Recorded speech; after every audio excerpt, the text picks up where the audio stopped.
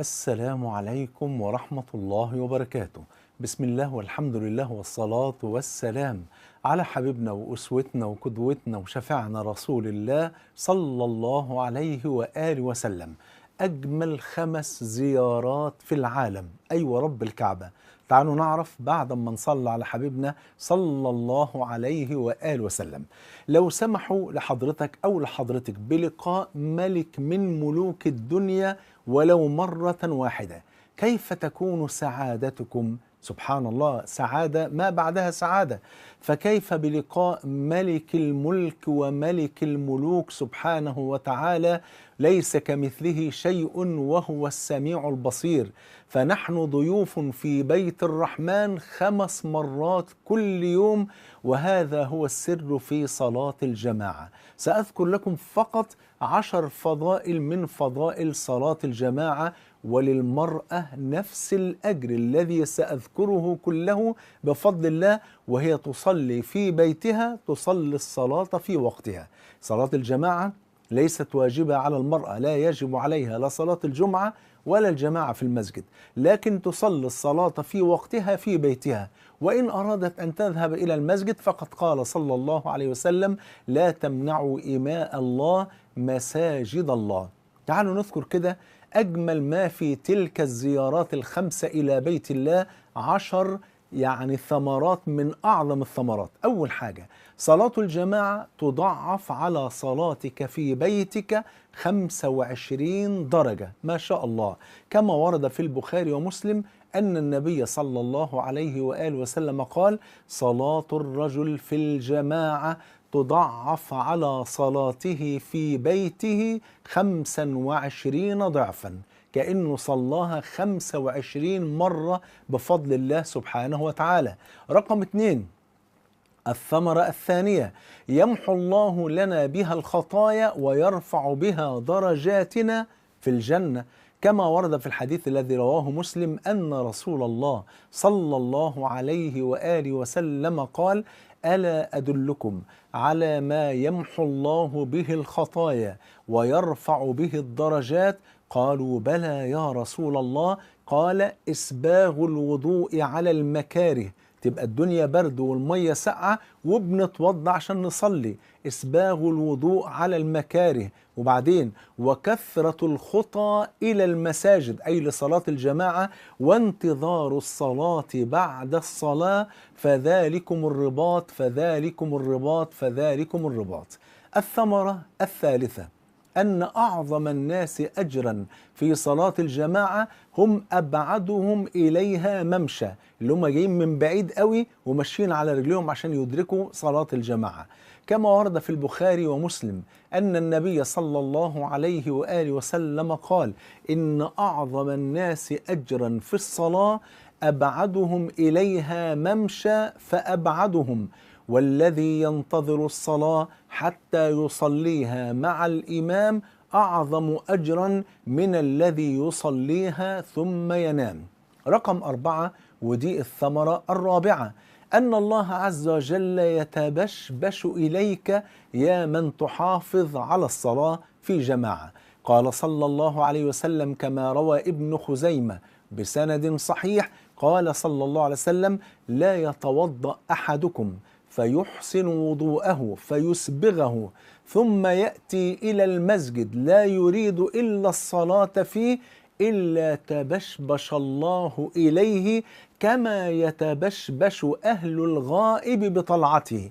شوف الواحد لما يكون مسافر 3-4 سنين وراجع وأهله منتظرين تلك اللحظة حتى يتلقوه بالبشر والأحضان والقبلات والفرحة، فلله المثل الأعلى، ليس كمثله شيء وهو السميع البصير. فالله يتبشبش إلى عبده الذي يتوضأ فيحسن الوضوء ثم يأتي إلى المسجد لا يريد إلا الصلاة، فالله عز وجل يتبشبش له، يعني يتلقاه بالبشر ويتلقاه بفرحته بعبده الذي جاء طمعا في ثوابه ورغبة في رحمته سبحانه وتعالى.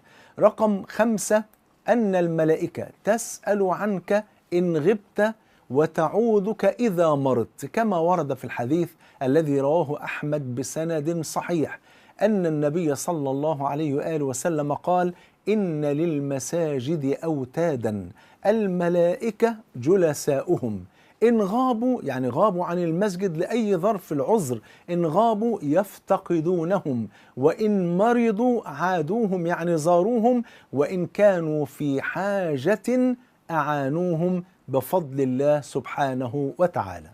وزي ما قلت يا حبايبي وبكرر دايما، المرأة لها نفس كل الأجور التي ذكرناها والتي سنذكرها إذا صلت في بيتها الصلاة في وقتها.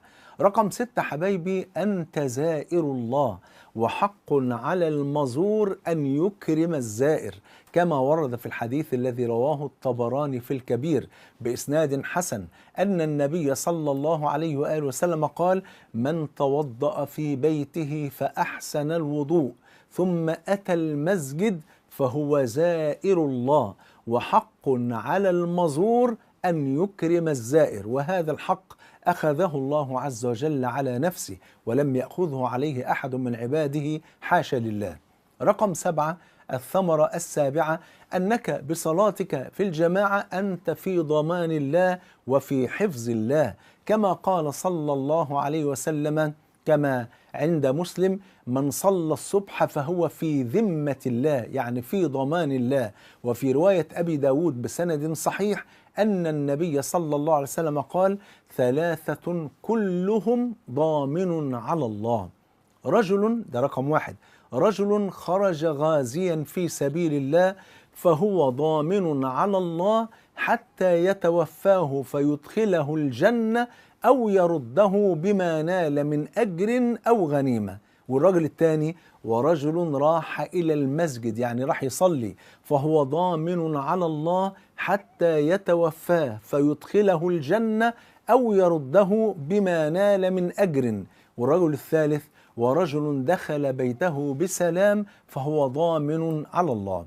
رقم 8 يا حبايبي، إن اللي بيروح يصلي الصلاة في جماعة أجره كأجر الحاج المحرم، كأنه حج حجة نافلة بفضل الله، كما ورد عند أبي داود بإسناد حسن أن النبي صلى الله عليه وسلم قال: من خرج من بيته متطهرا إلى صلاة مكتوبة، يعني صلاة ال5 الفرائض، تمام، فأجره كأجر الحاج المحرم.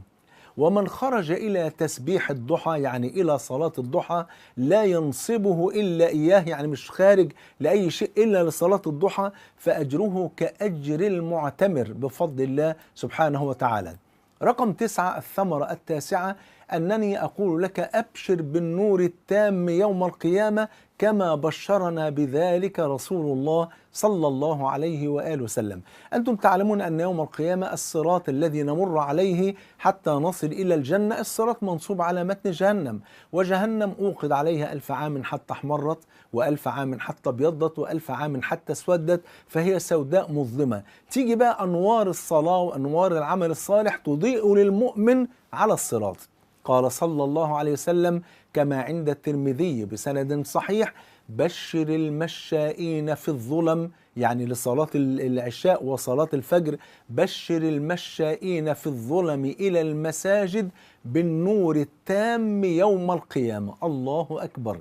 رقم 10 ودي آخر حاجة، أن الله عز وجل يعد لمن يصلي صلاة الجماعة، يعد له ضيافة في الجنة مع كل صلاة، كما ورد في البخاري ومسلم أن النبي صلى الله عليه وسلم قال: من غدا إلى المسجد أو راح أعد الله له في الجنة نزلا، يعني ضيافة كلما غدا أو راح. اللهم بارك يا رب.